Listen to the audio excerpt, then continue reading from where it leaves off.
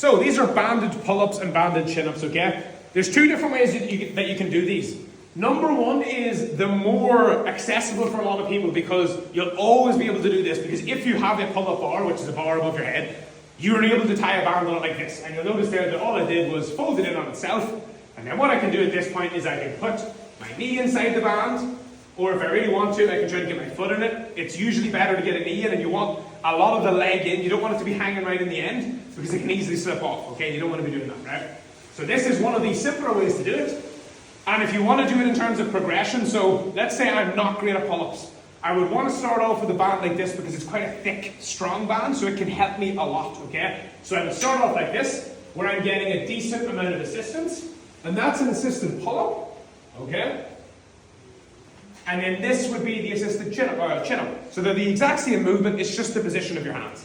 Pull-up is hand facing away, chin-up is here, and then also hammer pull-up is like this, so hands facing in this direction, okay? So they're all exactly the same movement, the only difference is where your hands are, okay? How I would progress that is I'm going to use a slightly thinner band each time, so that's quite a thick band, that helps you quite a lot. I would then move to a slightly smaller band, and I would build it to the point where then I could do a full unassisted chin-up like that, okay? A better way to do it, if you have this available to you, okay, is using something like this.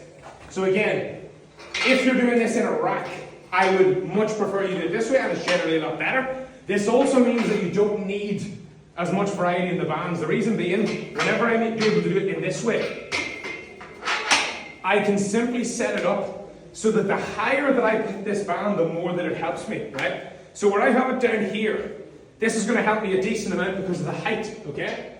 So that is going to provide me quite a bit of assistance there, okay?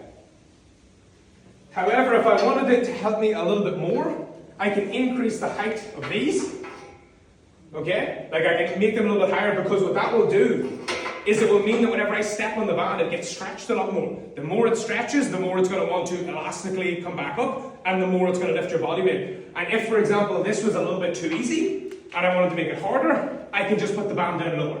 So using the band in this way is a little bit better, because it's actually easier to get into, so you'll notice there it's far easier to just stand on this band than it is for me to kind of hook my knee in awkwardly. It's easier to get on and off safely, so I can do these, I can just step right back off, you have less chance of it whipping up and hitting you or something like that, but also because you don't need as much variety in the bands. So if you only have one band, for example, this is a much better option, because you can start off somewhere like up here where it's helping you a lot, and then you can decrease the height of the band right the way down until, if I have it way down low, it's not going to be helping me that much, okay? So that is assisted pull-ups, chin-ups, and hammer pull-ups.